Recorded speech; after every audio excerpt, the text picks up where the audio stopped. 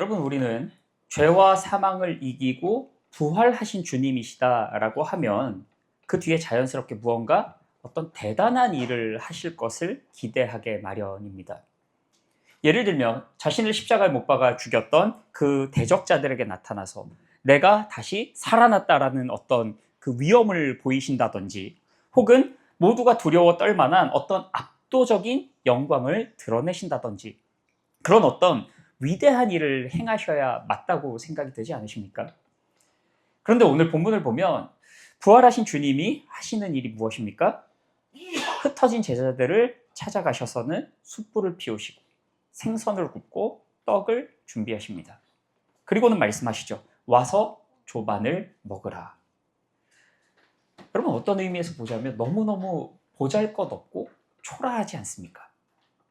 십자가를 이기고 승리하신 그 영광의 주님께서 하시는 일이 고작 제자들에게 아침 한 끼를 차려 먹이시는 겁니다. 그런데 놀랍게도 여러분, 이게 바로 복음입니다. 하나님의 구원 계획은 온 우주를 회복시키시는 너무나도 크고 위대한 구원이기도 하지만, 동시에 우주의 먼지조차도 될 수 없는 그 작은 한 사람을 찾아가셔서 그를 회복시키시고 다시금 그를 세우시는 은혜가 그 안에 있다는 겁니다. 여러분, 오늘 본문을 보면 배경이 어디입니까? 디베랴 호수. 우리에게 조금 더 익숙한 표현으로는 갈릴리 바다입니다. 주님이 처음 베드로를 만나시고 그를 제자 삼으셨던 그 자리. 이곳에서 이제 베드로가 말하기를 나는 물고기를 잡으러 가겠노라. 그리고 그 말을 들은 옆에 있던 다른 제자들도 그러면 우리도 함께 가겠다라고 이야기하면서 그들이 배에 오릅니다. 이 모습을 보면서 많은 사람들이 마치 베드로가 그의 사명을 저버리고 어부의 자리로 되돌아간 것으로 생각하곤 하는데, 사실 이 장면을 그렇게 단편적으로만 볼 수는 없습니다. 왜 그런가 하면 우리 같이 마태복음 26장 32절 말씀을 우리 같이 한 목소리로 읽으시겠습니다. 그러나 내가 살아난 후에 너희보다 먼저 갈릴리로 가리라. 아멘. 그리고 성경을 조금만 더 넘겨서 28장 10절도 함께 보실까요? 28장 10절입니다. 함께 읽습니다. 이에 예수께서 이르시되 무서워하지 말라. 가서 내 형제들에게 갈릴리로 가라 하라. 거기서 나를 보리라 하시니라. 아멘. 그러니까 여러분, 우리가 요한복음만 봤을 때는 다 알 수 없었지만 마태복음에 기록된 말씀을 함께 보면 예수님께서 이미 제자들에게 내가 너희보다 먼저 갈릴리로 가 있을 것이다 라는 말씀도 주셨고, 또 여인들을 통해서 그 제자들로 하여금 갈릴리로 오라고 하는 명령도 주신 겁니다. 그러니 지금 이 제자들이 갈릴리에 와 있는 것은 사명을 저버린 것이 아니라 주님의 부르심에 대해 순종하는 것이고, 그곳에서 그냥 마냥 기다리고만 있을 수는 없는 것이니까 일단은 자신들에게 익숙한 배를 타고 고기를 잡으러 가는 겁니다. 그런데 여러분, 그 밤에 이들이 고기를 잡습니까? 못 잡습니까? 한 마리도 못 잡아요. 주님이 처음 베드로를 부르실 때 이제 내가 너로 하여금 고기가 아니라 사람을 낚는 어부가 되게 하겠다라고 말씀하셨는데, 지금 베드로는 사람은커녕 고기조차도 낚지 못하는 겁니다. 여러분, 이것은 단순히 이 제자들의 어떤 실패에 대한 이야기가 아니라 그보다 훨씬 더 근본적인 문제를 다루고 있는데, 주님께서는 요한복음 15장에서 제자들에게 이런 말씀을 하셨었죠. 나는 포도나무요, 너희는 가지라. 그러면서 이 말씀의 결론이 어떻게 맺어지는가 하면 나를 떠나서는 너희가 아무것도 할 수 없음이라. 그렇게 말씀하세요. 여러분, 이것은 우리 인생도 마찬가지입니다. 내가 애쓰고 수고하고 남들보다 2배, 3배로 더 피땀을 흘린다고 해서 무언가 유의미한 것들을 남길 수 있는 인생이냐라고 했을 때 절대로 그렇지 않다는 겁니다. 주님 말씀하시죠. 나를 떠나서는 너희가 아무것도 할 수 없음이라. 여기서 한 가지 오해하시면 안 되는 것이, 그러면 만일 오늘 본문의 제자들이 고기를 많이 잡았더라고 가정을 하면 어떻게 되는 거냐 생각하실 수 있겠는데, 여러분, 여기서 중요한 것은 고기가 아닙니다. 왜냐하면 이들이 밤새 고기를 잡지 못한 것도 예수님이 함께 하시지 않는 인생이 얼마나 무력한지를 보여주는 어떤 하나의 가시적 사인일 뿐이지, 그 밤에 몇 마리를 잡았느냐가 중요하지 않다는 것이고, 더 나아가서 우리 인생도 그와 같다는 것을 보여주는 겁니다. 우리가 아무리 애를 쓰고 아무리 수고하고 아무리 노력한다 해도 그 빈 그물과 같은 인생을 벗어날 수 없다는 것, 그것을 이 제자들의 모습을 통해 보여주시는 겁니다. 그렇게 솔로몬은 자신의 인생 말미에 그토록 피를 토하는 심정으로 무엇이란 말합니까? 헛되고 헛되며 헛되고 헛되니 모든 것이 헛되도다. 그런데 여러분, 이게 솔로몬이 좋은 것들이 무엇인지 알지 못해서, 그런 것들을 가져보지 못하고 누려보지 못해서 하는 이야기입니까? 아니죠. 성경은 말합니다. 솔로몬 왕의 재산과 지혜가 세상의 그 어느 왕보다 큰지라. 말하자면 이 세상에서 가질 수 있고 누릴 수 있는 어떤 것들의 끝판왕을 본 사람이 솔로몬이라는 겁니다. 그 누구보다도 가득 찬 그물을 소유했던 사람. 그런데 결국 그도 그 속에서 아무것도 발견하지 못하는 겁니다. 가득 찬 그물을 가져봤어도 실제 그의 삶은 모든 것이 헛된 빈 그물과 같은 인생이었더라는 것이죠. 그러면 사람의 가치와 소망은 어디에 있느냐? 우리 같이 말씀을 좀 찾겠습니다. 전도서 12장 13절 14절입니다.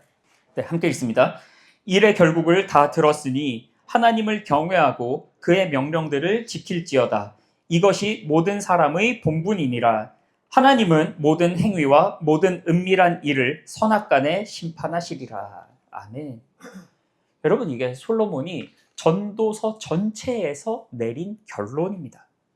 맨 마지막에 너희가 이 모든 것들을 다 듣지 않았느냐? 그러므로 이렇게 이야기하는 거예요.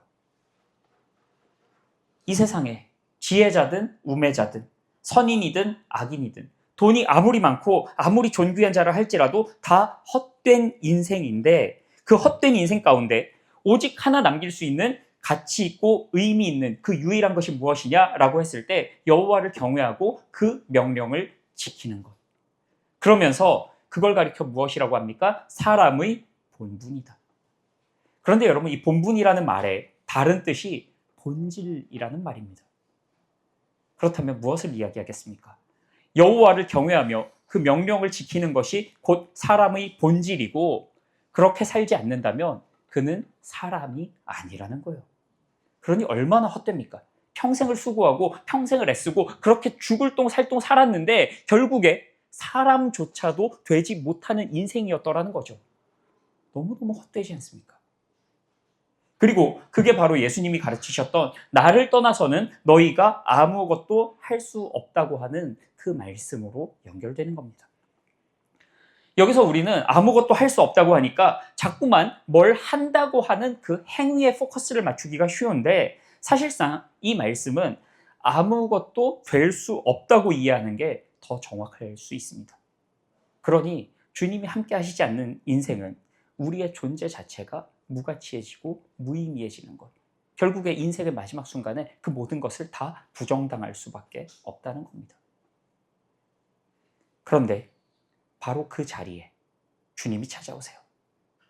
단순히 찾아오신 정도가 아니라 내가 먼저 그곳으로 가겠다고 약속하시고 그 약속대로 제자들을 먼저 오십니다. 그러니 제자들이 그 주님을 발견하지 못했다 뿐이지 주님이 먼저 와서 제자들을 기다리셨던 것이고, 여러분, 은혜라는 게 그런 겁니다. 언제나 우리 가운데 주님이 먼저 찾아오시고 일하시고 기다리시는 것이지 내가 먼저 주님께로 나아가는 것이 아닙니다. 여러분, 우리가 주님의 이름을 부르는 것도 내가 어떤 의지를 가지고 할 수 있는 일도 아니라고 성경은 이야기해요. 고린도전서 12장 3절에 기록되기를 성령으로 아니하고는 누구든지 예수를 주시라 할 수 없느니라. 아멘. 그러니 여러분, 우리가 예수를 나의 주님으로 인정하고 고백하며 부를 수 있는 것도 하나님께서 우리에게 은혜 주시고 믿음 주시고 또 성령께서 우리의 마음 가운데 감화하셔서 우리가 그거 모든 것들을 가능하게 되는 것이지, 내가 나의 의지로 나의 능력으로 그렇게 가능할 수 있었던 일이 아니라는 겁니다. 그래서 우리의 믿음과 구원에 어떠한 것도 자랑할 것이 없고 내세울 것이 없고 그저 감사하며 엎드릴 수밖에 없는 겁니다. 그 주님께서 제자들을 찾아오셔서 말씀하세요. 그물을 배 오른편에 던져라. 그런데 여러분, 이게 따지고 보면 얼마나 뚱딴지 같은 이야기입니까? 사실 그 바다가 그 바다 아니겠습니까? 고기들이 배 정중앙을 딱 나눠가지고 왼쪽에는 없고 오른쪽에만 다 몰려있고 그랬겠습니까? 그리고 제자들이 오른쪽 왼쪽 나눠가면서 앞뒤 다 던졌을 거잖아요. 그런데 주님께서 배 오른쪽에 그물을 던지라고 하시고 그 말에 순종한 즉시 정말 그물이 찢어질 정도로, 들지도 못할 정도로 고기를 잡게 됩니다.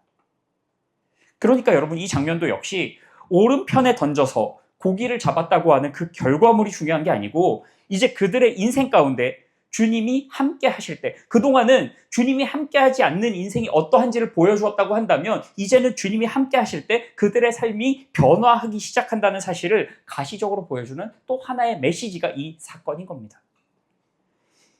이 모습을 보면서 요한이 가장 먼저 주님을 알아보고 외칩니다. 주님이시다.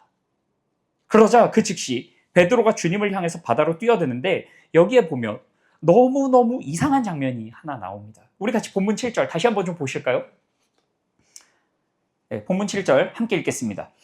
예수께서 사랑하시는 그 제자가 베드로에게 이르되 주님이시라 하니 시몬 베드로가 벗고 있다가 주님이라 하는 말을 듣고 겉옷을 두른 후에 바다로 뛰어내리더라. 아멘. 혹시 뭐가 이상한지 찾으셨나요? 그렇죠. 보통은 물에 들어갈 때 입고 있던 옷도 벗고 뛰어드는 게 정상이에요. 그런데 베드로는 처음부터 벗고 있다가 물에 뛰어들기 전에 그 옷을 다시 주섬주섬 챙겨 입고 들어가는 겁니다. 상식적으로 이해가 안 되죠. 그런데 그는 왜 이런 이해할 수 없는 일, 어떻게 보면 어리석게 보이는 이런 일을 왜 하는 걸까요? 저는 이게 주님 앞에 나아가는 베드로의 태도였다고 봐요. 그 옷이 바닷물에 젖으면 얼마나 불편합니까? 언제 다시 빨아서, 언제 다시 말리고, 또 그 사이에는 뭘 입고 지내겠습니까? 그리고 효율성의 측면에서 봐도 옷을 벗고 들어가는 것이 주님 앞에 훨씬 더 빨리 나아갈 수도 있는 일이잖아요. 그러나 비효율적이더라도 또 불편하더라도 내가 경외하는 주님 앞에 비록 투박하고 어리숙할 수 있겠지만 어떻게든 그 사랑과 존경의 마음을 담고자 하는 그 마음의 태도. 어쩌면 우리 신앙에서 가장 중요한 것이, 그리고 가장 쉽게 놓치고 있는 것이 그 태도인지도 모르겠습니다. 여러분, 오늘날 우리가 사는 세상을 보면 너무너무 편리하고 너무너무 효율적이에요. 그러다 보니 어느덧 예배도 그 흐름을 따라갈 때가 참 많이 있습니다. 예배 시간도 그렇고 그 안에 담겨있는 순서들도 그렇고, 물론 필요에 따라 정할 수도 있고 바꿀 수도 있겠지만 그 목적이 어디에 있느냐는 겁니다. 우리가 하나님을 더 잘 섬기고 더 전심으로 예배드리기 위해서 그렇게 바꾸고 조정하는 것인지, 아니면 사람의 편의에 따라 왔다 갔다 하는 것인지, 여러분, 우리가 깊이 되돌아보고 고민해야 합니다. 소위 인터넷 예배라는 것도 거의 대부분의 경우에 사람의 편의에 따라서 그렇게 나온 것 아닙니까? 집에서도 그렇고 놀러 가서도 그렇고 딸깍 한번 하면 나 예배 드렸다고 하는 어떤 면죄부를 얻는 수단. 그런데 여러분, 그마저도 어떻게 흘러갑니까? 한번 우리 코로나 때 기억을 떠올려 보세요. 우리 인터넷 예배 그때 처음으로 막 이 교회 저 교회들 막 도입하기 시작했던 시기인데, 처음에는 사람들이 TV 앞에 컴퓨터 앞에 앉으면서도 성경책도 준비하고 옷도 정갈하게 이렇게 깔끔하게 준비된 마음으로 입고 그렇게 드렸다가 나중에 가면 어떤 사람들 이야기하기를 발톱 깎으면서 예배 드렸다 그래요. 뭐 설거지하면서 예배 드리고 집 청소기 돌리면서 예배 드리고, 그것도 내내 딴짓하다가 설교 시작할 때 잠깐 듣고 그 다음에 바로 꺼버리는 사람들 얼마나 많습니까? 너무너무 효율적이고 편리한데 그 안에 하나님을 경외하는 그 마음의 중심과 태도는 대체 어디에 있는 겁니까? 여러분, 이 이야기가 딱히 이 시대의 문제만도 아닌 것이 분열왕국이 시작되면서 북이스라엘이 가장 먼저 했던 일이 무엇이었습니까? 예루살렘으로 가지 말고 베델과 단에서 제사드리라는 거였어요. 그게 오늘날로 치면 인터넷 예배와 다를 바가 무엇이 있습니까? 예배를 받으시는 분과 아무 상관없이 사람이 중심이 되어서 나는 어쨌거나 내 할 일을 다 했다고 하는 나의 의와 행위로서의 예배. 여러분, 성경에 보면 두 번째 유월절이라는 개념이 있습니다. 가령 유월절 기간에 먼 지역에 갔다거나 부정함을 입어서 부득이하게 그 유월절에 참여할 수 없었던 사람들을 위해서 하나님께서는 그 다음 달에 두 번째 유월절을 지킬 수 있도록 허락하십니다. 그러니까 하나님께서도 사람의 한계와 어쩔 수 없는 그 부득이함을 모르지 않으시고 그 대안을 은혜 가운데 주셨다고요. 그런데 그런 어쩔 수 없는 상황이 아니었음에도 불구하고 자신의 편의에 따라서 뭐 다음 달에 드리지 뭐 이렇게 했던 사람들은 어떻게 됩니까? 다 죽어요. 다 죽습니다. 여러분, 우리도 부득이한 상황들이 있을 수 있습니다. 하나님께서도 그걸 모르지 않으시고 그것을 인정하지 않으시는 것도 아닙니다. 그럴 때는 그 한계 속에서 어쩔 수 없이 드리는 형식의 예배도 있겠지요. 그런데 여러분, 그 속에서 우리가 가져야 하는 마음과 태도는 무엇입니까? 와, 편하다가 아니라 안타까움이에요. 어떻게든 더 잘 예배드리지 못하는 안타까움과 그 속에서 그렇다면 나는 어떻게 최선을 다해 하나님 앞에 진정한 예배를 드릴 수 있을까에 대한 몸부림, 그게 필요한 겁니다. 여러분, 하나님이 우리의 예배를 안 받으시면 큰일 나는 분이십니까? 아니에요. 말라기에 보면 저것들이 내게 이토록 가증한 예배를 드릴 수 없도록 누가 나서서 성전문을 좀 닫아버렸으면 좋겠다고 말씀하세요. 어쩌면 하나님께서 오늘날에도 같은 말씀을 하고 계신지도 모르겠습니다. 예배당은 화려해지고 음향도 빵빵하고 스크린도 어마어마하고 그런 어떤 제도와 시스템과 환경들이 나쁘다고 이야기하는 것이 아닙니다. 그것들이 문제가 있어서 그럽니까? 아니요, 우리 태도의 문제죠. 그런 화려함 속에 오히려 더 잘 예배드릴 수 있는 환경 속에서 우리의 태도에 기름이 끼고 그 마음에 거품만 가득하다면 그곳이 곧 우리의 베델이 되고 단이 되는 겁니다. 그래서 여러분, 우리의 예배가 때로는 좀 의도적으로라도 불편하고 비효율적이면 좋겠습니다. 그러면 그렇게 불편한 건 본질이냐? 아니죠. 그러나 균형이라는 측면에서 필요한 겁니다. 여러분, 우리는 가만히 있으면 자꾸만 편한 쪽으로 그렇게 우리의 마음이 흘러가고 떠내려가기 때문에 의도적으로라도 그 물살을 거스를 필요가 있는 겁니다. 넓은 길과 좁은 길이라는 개념도 마찬가지입니다. 그게 단순히 어떤 갈림길이 있어서 거기서 넓은 길과 좁은 길을 선택하는 문제로 보이십니까? 아니에요. 그것도 마찬가지로 우리는 가만히 있으면 그냥 넓은 길로 떠내려가는 사람들입니다. 그러니 좁은 길로 가기가 그토록 어려운 것이죠. 오늘 이 말씀 앞에서 우리가 다시 한번 생각하고 고민하기를 원합니다.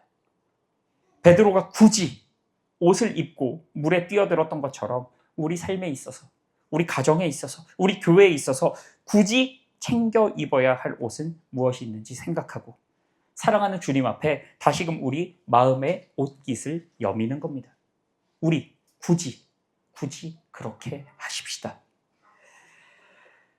다시 본문으로 돌아와서 보면 주님이 베드로를 맞이하시는데 그 상황이 어떻게 묘사되어 있습니까? 9절에 육지에 올라보니 숯불이 있는데 그 위에 생선이 놓였고 떡도 있더라. 아멘. 주님이 제자들을 맞이하시는데 우리가 여기서 한 가지 좀 주목해 볼 단어가 숯불입니다. 숯불. 아니, 생선을 구우려면 당연히 불이 있어야 되는 건데 거기 숯불이 있었다는 게 뭐 그렇게 특별한 거냐라고 생각하실 수 있겠는데 특별한 게 맞습니다. 왜냐하면 이 숯불에 해당하는 헬라어 단어가 신약 성경 전체를 통틀어서 딱 2번 나오는데 그게 어디냐? 하나는 오늘 본문이고 다른 하나는 예수님이 잡히시던 그 밤에 베드로가 예수님을 뒤쫓아서 대제사장의 뜰까지 들어가죠. 그리고 그곳에서 불을 쬐다가 예수님을 부인하는데 그 불이 바로 오늘 본문에 나오는 동일한 숯불입니다. 똑같은 단어를 쓰고 있어요. 그러니까 주님께서는 베드로가 가장 지워버리고 싶은, 잊고 싶은 그 자리로 그를 부르시는 겁니다. 왜요? 베드로에게 어떤 억하심정을 가지고서 너 어디 한번 골탕 좀 먹어봐라 그러시는 겁니까? 아니죠. 그에게 가장 회복이 필요하고 용서가 필요한 그 자리에서 그를 다시금 일으키시고 회복시키시는 겁니다. 어쩌면 베드로가 주님을 발견하고 물에 뛰어들기는 했지만 그의 마음이 마냥 반갑고 마냥 기쁘지만은 못했을 것 같습니다. 너무 좋은데 동시에 너무 부끄럽고 너무 죄스럽고 주님의 얼굴을 어떻게 다시 대면할 것이며 그 앞에서 무슨 말을 해야 할지 그런 어떤 복잡한 심정을 가지고서 물에 뛰어들고 헤엄쳐가는 그 내내도 일단 모르겠다라고 하는 마음으로 주님 앞에 나아가지 않았겠습니까? 그런데 그렇게 도착하고 보니까 주님이 숯불을 피워놓고 기다리고 계세요. 그걸 보는 순간 와 다시 돌아갈까? 뭐 저 같은 그런 생각도 했을 것 같은데 그곳에서 주님이 무엇이라 말씀하십니까? 베드로를 책망하시는 것도 아니고 다른 어떤 말씀을 하시는 것도 아니고 와서 조반을 먹으라 부르십니다. 숯불도 떡도 생선도 다 이미 주님께서 준비하시고서는 그들을 그 자리로 초청하시는 겁니다. 재미있는 것은 여기 나오는 이 생선이라는 단어도 신약 성경에 딱 2번 나오는데 오늘 본문 말고 다른 한 곳이 어디냐라고 하면 바로 오병이어의 기적에서 보리떡 5개와 생선 2마리 바로 그 생선이 오늘 본문에 나온 생선과 같은 단어입니다. 그렇다면 여러분 이것이 무엇을 의미하겠습니까? 그 오병이어의 현장에서 그곳에 모였던 그 수많은 무리들을 보며 마치 목자 잃은 양과 같이 불쌍히 여기시고 안타까워 하시는 가운데 먹이셨던 주님께서 본문의 제자들을 향해서도 여전히 동일한 긍휼과 사랑의 마음으로 그들을 불쌍히 여기시고 먹이시는 겁니다. 왜 그렇습니까? 주님이 바로 선한 목자이시기 때문에 그렇습니다. 아무리 양이 형편없다 할지라도 양의 어떠함과 상관없이 목자의 신실하심으로 말미암아 주님께서는 그들을 계속해서 먹이십니다. 우리는 때로 부활하신 주님, 영광을 입으신 주님을 생각할 때 우리가 감히 범접할 수 없는 저 멀리에 계신 주님으로 생각할 때가 많습니다. 물론 우리로서는 감히 쳐다도 볼 수 없는 그 주님이 맞으시죠. 그러나 주님께서는 영광을 입고 나서 더 멀어지신 것이 아니라 더욱 우리에게 가까이 찾아오셔서는 그 영광의 왕께서 친히 밥상을 차리시고 와서 함께 먹자 부르십니다. 그렇기에 우리가 고백할 수 있는 것이 무엇입니까? 여호와는 나의 목자시니 내게 부족함이 없으리로다. 아멘. 여러분 그 고백이 가능한 이유가 무엇입니까? 그 주님이 우리의 모든 것이시기 때문에 그렇습니다. 주님만 계시다면 내게 다른 것 없어도 부족함이 없는 겁니다. 그리고 반대로 주님이 계시지 않는다면 우리는 아무것도 할 수 없고 아무것도 될 수 없는 것, 그것이 우리의 존재입니다. 어쩌면 오늘 이 예배 자리 가운데도 베드로와 같이 말할 수 없는 복잡한 심경을 가지고 나오신 분도 계실지 모르겠습니다. 잘 오셨습니다. 잘 오셨어요. 베드로가 그 마음의 소용돌이를 가진 채로 그럼에도 불구하고 그 모든 것을 뒤로 하고 주님께 뛰어들었을 때 그의 가장 큰 절망의 지점에 먼저 와서 기다리시고 그를 회복시키시며 먹이셨던 주님을 만났던 것처럼 오늘 예배를 통해 그 동일하신 주님을 만나실 수 있기를 축복합니다. 사랑하는 성도 여러분, 주님께서는 우리가 무언가가 되고 무언가를 갖추어서 오라고 하지 않으십니다. 그저 우리보다 먼저 와서 우리를 기다리시며 와서 먹으라고 하십니다. 그리고 오늘 본문이 무엇이라 이야기합니까? 이것이 주님께서 3번째 그들에게 보이신 일이라고 말씀하세요. 무엇을 뜻하겠습니까? 계속해서 주님 오시는 그날까지 우리에게 찾아오시고 거듭하여 기회를 주시고 우리에게 은혜의 손길을 내미시는 주님을 이야기하는 겁니다. 그러니 이 부르심 앞에 더 이상 망설이거나 숨지 말고 우리 자신을 주께 내어 던지십시다. 그러면 이 헛된 세상 속에 결코 헛되지 않은 삶으로 주님이 우리를 받으실 줄로 믿습니다. 이 믿음과 소망으로 오늘도 주님 한 분만으로 말미암아 기뻐하고 만족하고 주님으로 말미암아 내게 부족함이 없습니다라고 고백할 수 있는 저와 여러분이 되시기를 주님의 이름으로 축원합니다. 아멘.